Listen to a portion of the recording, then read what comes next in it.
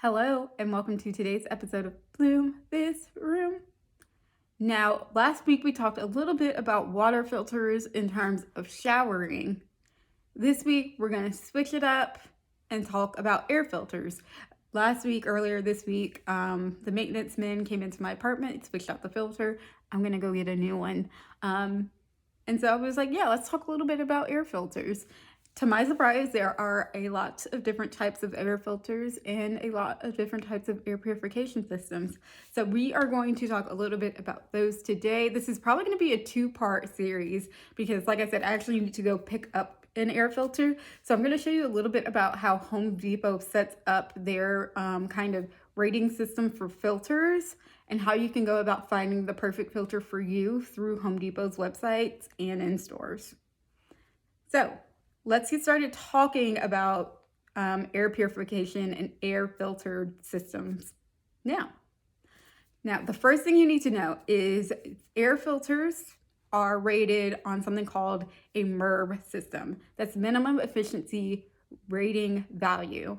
And essentially, this was developed by ASHRAE. We love our friends at ASHRAE. And it's a scale of 1 to 16 about how well a filter is filtering dust and particles and pollutants, all of that into a space. Now, the thing is, typically with a higher MERV rating, it's a little bit harder for air to flow through the space and through that filter into a space.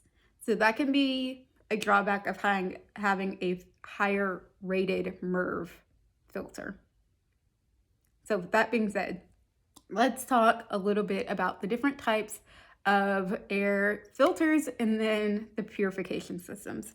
So the first type of filter is the HEPA filter, that's high efficiency particulate air filter, HEPA.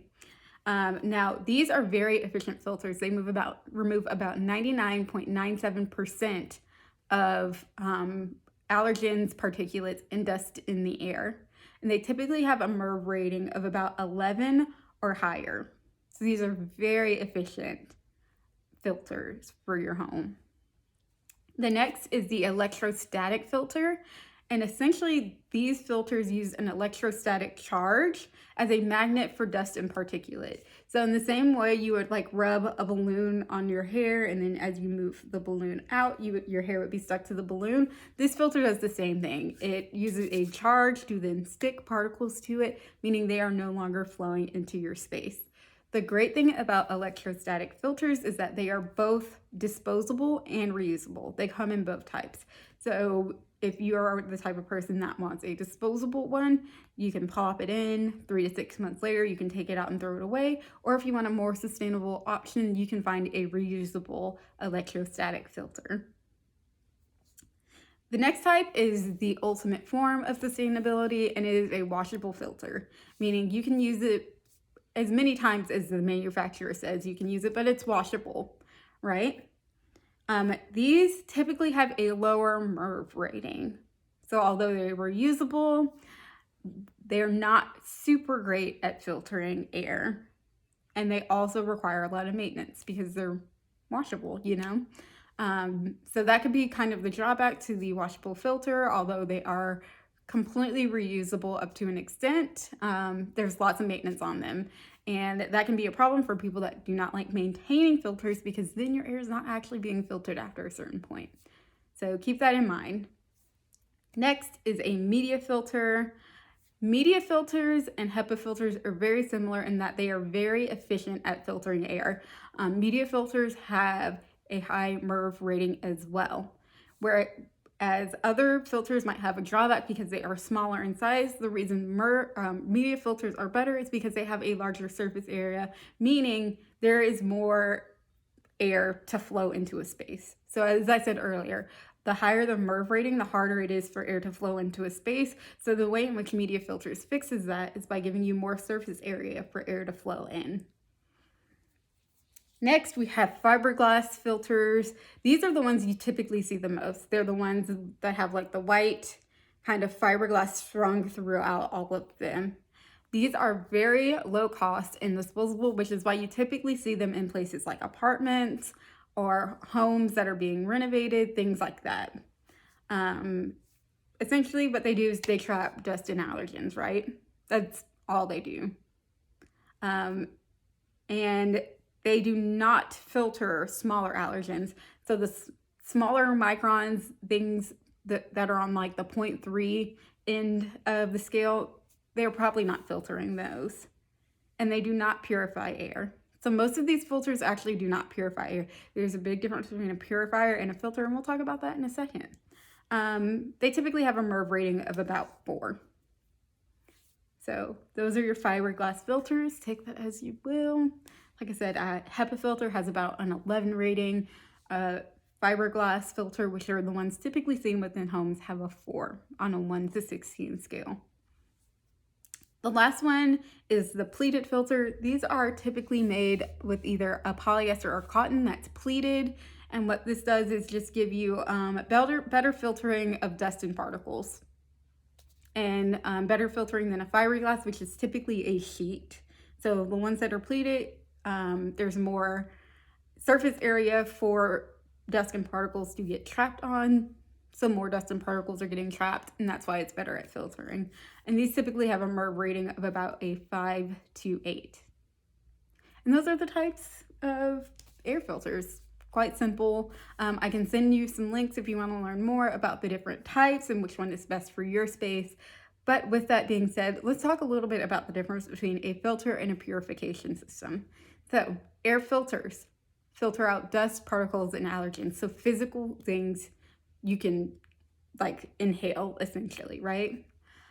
Purification systems deal more with microorganisms, so things like viruses, bacteria, fungi, and mold. Like purification systems kill off those things so that you're not breathing them in. And we can talk a little bit about how WELL puts those things in categories and where they are in their standard, but let's talk a little bit about the different types of purification systems. The first is an activated carbon filter. Yes, there is an activated carbon filter that goes in water, like we talked about last week. There's also one for air. And essentially what it does is chemical adsorption. It absorbs the bad stuff in it and holds it so that it's not flowing into the air. The next one is photocatalytic oxidation, which is a mouthful. And it is essentially a combination of a UVGI filter, which we'll talk about in a second, and that combined with a catalyst, typically titanium dioxide, and it causes a chemical reaction that changes these bad particles into things like water, CO2, and detritus. I will Google what detritus is in a second. Now, I mentioned UVGI purification systems. A UV filter or UVGI filter or purification systems uses ultraviolet light to kill bacteria. Essentially, because we've seen it with COVID, the things that like you put your phone in, they blast it with some really heavy blue light and it's supposed to kill the germs. That's a smaller scale of a UVGI filter. Now, although these are great for purifying, once again, they do not remove things like dust and allergens. And then the last is an ozone generator. And this one's going to be a little crazy to discuss. So essentially with an ozone generator, what it does is it creates a little what's called an ozone. And so what happens is when these neutrally charged particles in the air come into this ozone, the ozone then charges these particles and then causes them to stick to nearby surfaces. And that's how it works. And when they stick to the surface, they're no longer flowing into the space. So it's kind of similar to an electrostatic filter, but whereas an electrostatic filter is used for dust and particles, ozone is used for like the bacteria and your viruses and such. And those are your types of purification systems. So what does this mean within the grand scheme of WELL, the WELL building standard? So what WELL typically requires, and by typically I mean it requires a MERV 13 or higher as the type of filter that you need to use within the space. That is not an optimization, that is a standard. You have to have that in every building that you are designing.